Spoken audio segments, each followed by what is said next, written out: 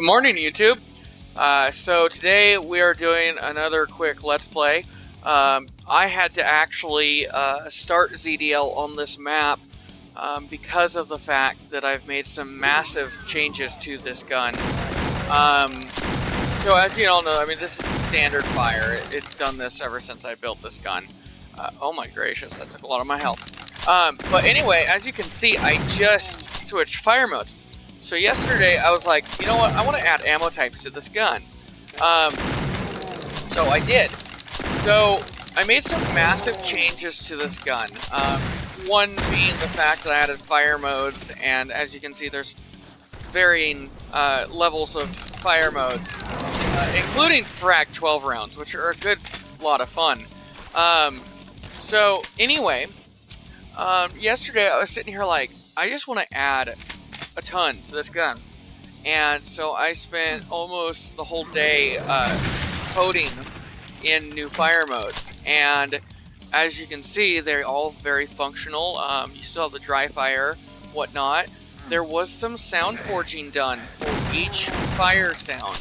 So the standard fire is, you know, still standard fire. You have your dual barrel that has a slight offset with a second shot.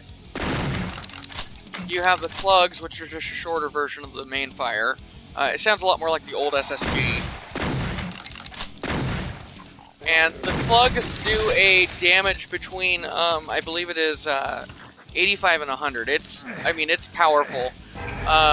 The Frag-12 rounds are a little bit different in the fact that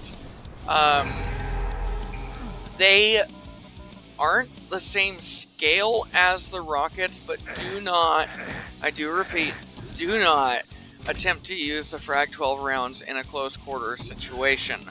It's probably going to be fairly easy to forget, oh yeah, I had those equipped. They tend to do some damage on the other end if you're close. So that's just a warning. The Frag-12 rounds were technically executed by doing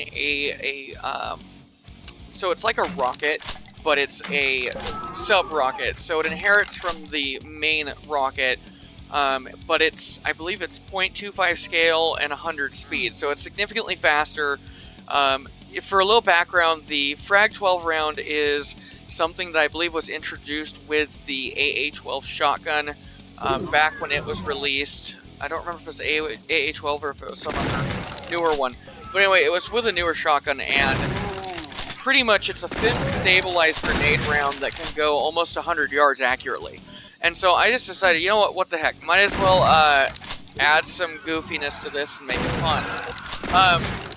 The double barrel that you see here, I never intended this to replace the super shotgun, but it actually does a really good job at it. The alt fire is a little bit different in that, you know, with this, if you shoot one barrel, it's spent. With the double barrel fire, it pretty much just does double barrel on both fires. So if you hit alt fire, if you hit primary fire, you're good. It will unload both barrels on enemies.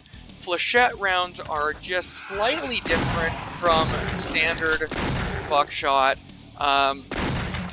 I know many of the community already know a flechette round is pretty much a small bunch or bundle of darts that is loaded into a shotgun shell. In real life, they're really not been proven to be great. They tend to tumble a lot after they've been initially ejected from the barrel, and that can lead to some major issues just with effectiveness. You're actually better off just shooting a normal buckshot round generally. But in video games, why not? We can make them the way we want them to function. And so the flechette rounds in this have a much tighter spread than your standard buckshot. That spread is a random number vertically between, I believe, 0 and 3, and a random number vertically horizontally between 1 and 3, I think. That way that you have a little bit more spread. I don't remember what it was correctly. So it gives you a tighter spread, and also gives you a very slight damage boost. So the standard buckshot has a random horizontal, random vertical offset that's a little bit wider. but its damage is random between, I believe 5 and 7 it is, so it's just a little bit more dumbed down. I mean, the only detriment is that with flechette rounds, you can't just spray and pray. You have to be pretty intentional about where you're shooting with them. But you can get by pretty good with them. So the double barrel mode is just a glorified remake of the super shotgun. It actually does. Oops, there's my pistol. It actually spreads quite a bit less than the standard super shotgun, and that is simply due to the fact that you have an over and under. Most over and unders traditionally are much longer than a sawed-off barrel. So yeah, I made it reflect that, you know, you're talking about a legitimate longer barrel that is going to spread less. The only thing that you have to be careful with the double fire, though, is that it goes through ammo quick, and I'm still trying to. So right now, for the sake of demonstration purposes, I put the ammo pickup as a little bit higher, so I can make it through my videos solely using this weapon. It's not to remove the skill, nothing like that. It's just so that this weapon is what's showcased a majority of the time. Like I said, this Let's Play is testing the abilities of the shotgun, and it's really just a really big, large demonstration of the running updates I make on this gun. I don't know how that gives me, but I like it. Now we're on slug shot. So the thing that's funny about slug shot is that I had to do a random damage between 85 and 100. So, I mean, it is beefy damage. And I honestly am going to keep it that way. Yes, on standard Doom enemies, the littler guys, it is entirely unfair. However, in the mod I'm looking at making, I am looking at adding some really freaking difficult enemies. And so that adds to the challenge that I've got to eventually, when this mod is made, figure out some balance of things. But on standard Doom, this gun just absolutely decimates everything. And if you don't have a fire mode that is decimating something currently, there's always a fire mode for that. So I really just wanted to create a weapon that adds a new level of versatility to the way we think about weapons in Doom. And that's one of the things I'm thinking about doing is most of my weapons are going to have a significant array of fire modes. So some of that's inspired by, you know, my work on Project Brutality. I like guns with fire modes, and quite frankly, it allows the guns to stay fresh. Let's talk about that. I mean, really, let's talk about fire modes. So, you know, Doom is a game where, I mean, it's very cut and dry. I mean, you're looking at the pistol that was, I don't even remember how many frames it was like 5 or 6 frames. It was simple. But then you have mods like Project Brutality or Brutal Doom that add the next level where everything is super, I mean, they're like top tier mods where they add smooth animations, they add you know, fire modes, functionality, inventory items, gore overhauls. I mean, there is just a ton of work that goes into a mod of that stature.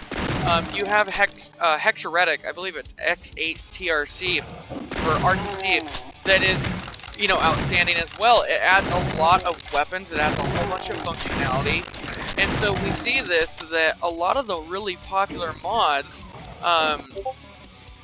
tend to be mods that a lot of work goes into adding versatility, adding player functionality, you know, really adding a fresh look in the eyes of what Doom is or could potentially be. So fire modes.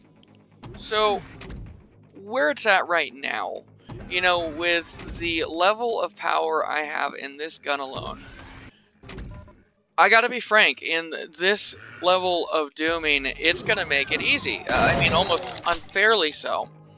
So, you know, I understand that concern. However, you start adding in enemies that are way more powerful. It offsets that balance of, you know, what you can do with Doom.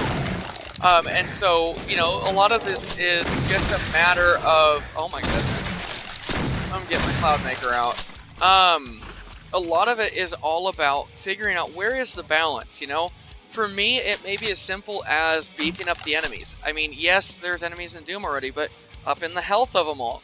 Right now, my main focus on this mod is to add a whole bunch of weapons with a whole bunch of different fire modes. So, you know, fire modes to me allow the player to utilize the same weapon set, but never get sick and tired of using the same gun.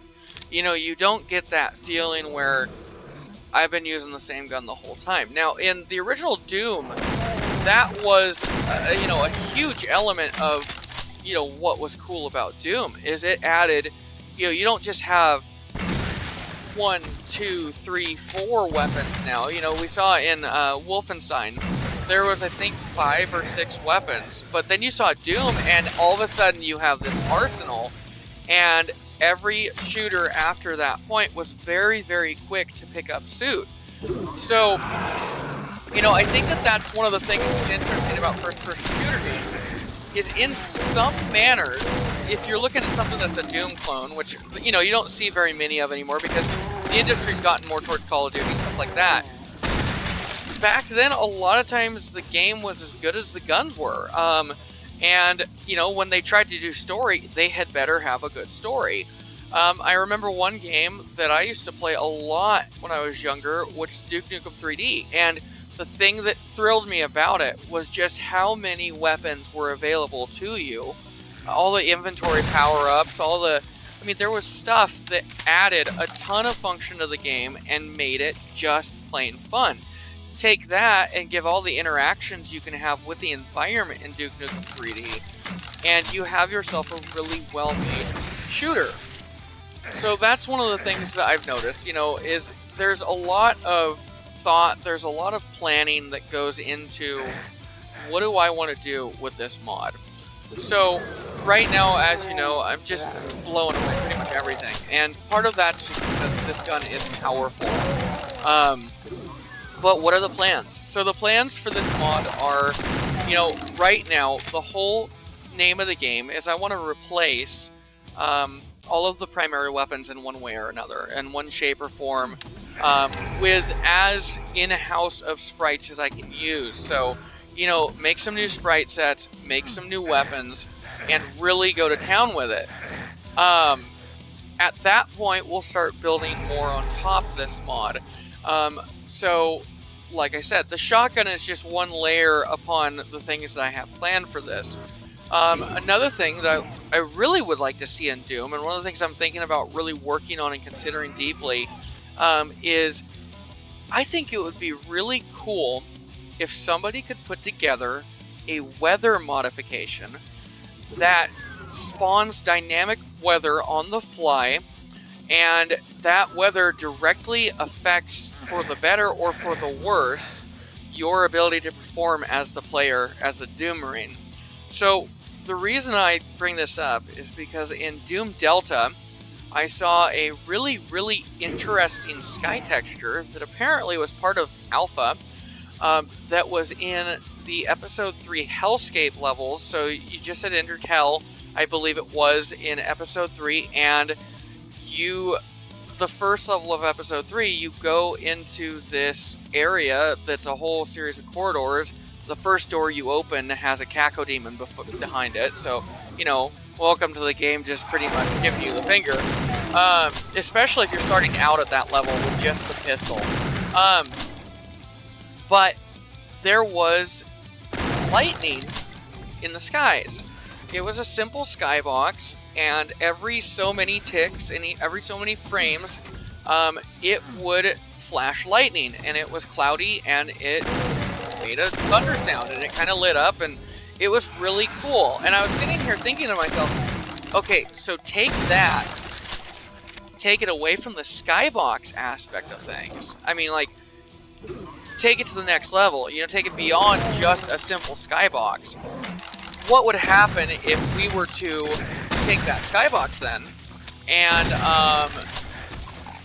let me check something here.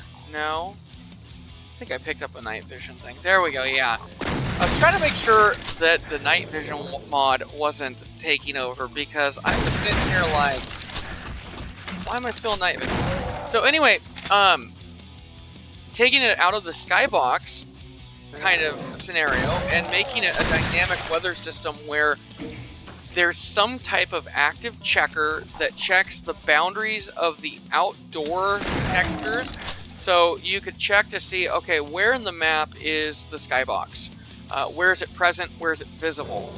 From that point forward, you could actually proceed to randomly, depending on how you run the scripts and whatnot, I think there's like a door around here somewhere. So you could randomly have it generate lightning if there's a thunderstorm going on. Thunderstorms could randomly generate lightning. That lightning has a area of effect damage around it. It's not really realistic in real life, but you know, it would be really hard to replicate a lightning strike in Doom. So, you know, maybe this supercharged lightning that came with the demons, they brought it over with them, does area of effect damage. If you're too close to a lightning bolt when it strikes, you get schmucked for it. You take some substantial damage. That's the one I was looking for. That's just one aspect that I'm considering. The other thing that you could do is you could potentially have it draw the skybox checker, and then you could have rain, and that rain makes you less detectable by enemies. So, you know, maybe I think that there's a way to modify the here distance or something. I don't know about that, but maybe rain just makes you undetectable. It makes you stealthy. The other thing I was thinking about was, you know, you're in hell. We know that there's some levels in hell that have skyboxes that you're in open areas. Perhaps for those levels, go the next level, and you know, if it rains, now you're taking 1 damage per raindrop that hits you. You know, make sure that there's some balance to it. So not every single raindrop, you know, just knock you dead, but there'll be, you know, a chance, 1 in, you know, every 10 raindrops, or, you know, 1 in every 20 does burning damage, and you take 1 damage because of this rain. So, you know, just adding some of those things that I haven't really seen in Doom much, because that's the thing that's interesting about Doom, is that there's a lot of really awesome mods. But it seems like some of them tend to follow the same formula. Add weapons, add monsters, add skill stuff, add inventory items, that kind of stuff. But I really was considering, okay, let's really push Doom to its limits. What can we do in this game? And so that's the other thing that I guess I want to talk about today is, you know, switching a little bit, just talking about how far GZDoom has come. So I was playing GZDoom back when it was being built as just GZDoom. Before the OpenGL hit the scene, I remember back in the day that GZDoom was the go-to for me. Then I found Skulltag and found some additional stuff. They've since decontinued the project. But GZDoom was my go-to way to play this, and you know, I never even knew until about a year ago about ZDL and talk about making things easier on the player. ZDL allows for such a much more flexible loading order. It gives you so much more control over what you do with the game. So yeah, I remember GZDoom back before it was GZDoom, and you know, I remember oh my goodness, I remember painstakingly trying to install the thing on Linux. I mean, when you're talking about consoles and stuff, I mean, nowadays I could probably pull it off pretty easy, but you know, I was just out of high school. I've worked with the console a tiny bit because I had used Linux a couple times on laptops, and I'm just sitting here tearing my hair out, but then I finally got it working. But yeah, I mean, just how far some of the flexibility that GZDoom has introduced in the recent builds, with ZScript being really starting to have some substantial girth to it, and just the availability of usage and the way you can use it. It's so much more versatile, you know, than decorate. And I remember, I mean, let's take it even more primitive.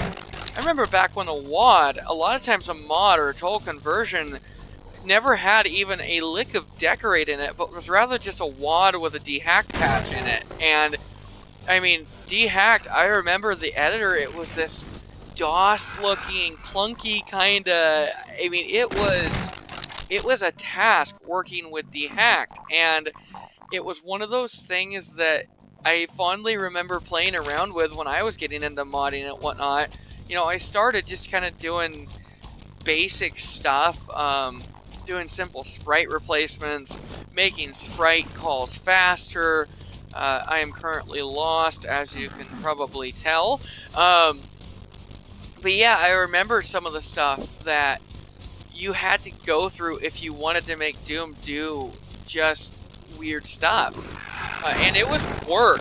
I mean, you weren't just going to make a mod in a couple days. It was, you had to sit down, you had to understand what everything did. I mean, you couldn't just throw together a script and put it into GZDoom like we do now. And it was painstaking, especially with dehack, because all dehacked really did was, a lot of times it modified sprite calls. It didn't add functionality generally, it just allowed you to fiddle with the sprites a lot more than just, you know, renaming the Doom's assets. So it was very rudimentary. You could get some stuff done with it. I mean, I remember there was this one, I think it was called Doom to the Extreme, that I played a long time ago when I was younger, and it fascinated me because it added, you know, stuff I'd never seen in Doom before. It added a chain gun that, you know, it fired super fast because he was able to trick it into doing a single sprite call or something like that. It was really weird, really convoluted. I looked into the dehacked of it, and I looked into the WOD, and it was just, I mean, it was a feat to get something functioning the way he did. But then, you know, as the modding continued, you know, we started seeing the introduction of decorate, and the thing is that added, you know, really gave the player full control over GZDoom, and that was the day when I, like, it was like I reached enlightenment or something. I was like, holy cow, there is so much you can do in Doom. And then, you know, I took a break for a substantial period of time, and about 2 years ago, I stumbled upon Project Brutality, and so I started playing it on my old desktop. It's got parts that are 3 years old. No, it's older than that. Oh my goodness, let's forget that. Let's just say it's DDR3. This thing has got backdated stuff. The thing can still push out like you wouldn't believe. I can run Doom 2016 on Extreme, but it was, you know, before I got a graphics card update, it was a substantial fight to really get this thing to work with higher end games. But as I got into Project Brutality, I started seeing, oh wait, there's Ultimate Doom Visor, and there's this, and there's that, and all of a sudden it was like stage 2 enlightenment has been reached. I'm like, you can do this with decorate? And so that's when I really started teasing, I need to get involved with the project. And so, you know, this last term, so spring term of 2019, I decided to go back to school. You know, I'm 29, I've got a family, and I got married 2 years ago. We had a baby, and I'm looking at, okay, I gotta make some money, because, and I've got to make some substantial money because we don't got retirement saved, all that stuff. And so, you know, I'm like, I'm going to go into software engineering. So that was where all of a sudden the avenues opened.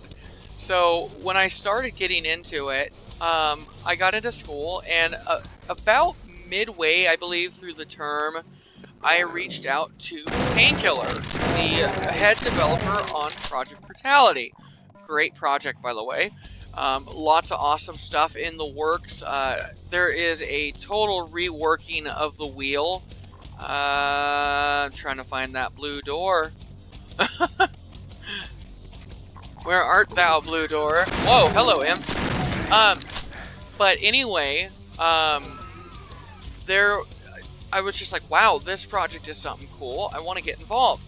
So I just make a couple really, really simple shell offset fixes. I noticed for almost 5 months the MP40 was neglected, and it, you know, nobody really gets the MP40 much because it's that hidden gun that you really don't find very easily. It's kind of a pain in Doom to get to. It's rare to encounter it, but, you know, I'm one of those people where sometimes I go on a power trip, I turn on God mode, give myself all the weapons, you know, and just go to town, and I realize, oh crud, the MP40 is ejecting shells from the right side of the, no, left side of the gun, but it's arcing over the gun to go to the right side of the gun. This has got to change. So I ended up submitting changes that made the shells from the MP40 eject to the right, because that's where the ejection port on an MP40 is, and made it eject properly. On top of that, I did some respriting, and I added an actual bolt group to the side of the, wait a minute here. We're through this episode. So I added a actual ejection port to the side of the gun where it belonged.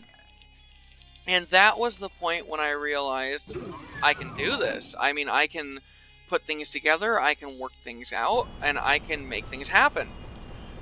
So I made things happen.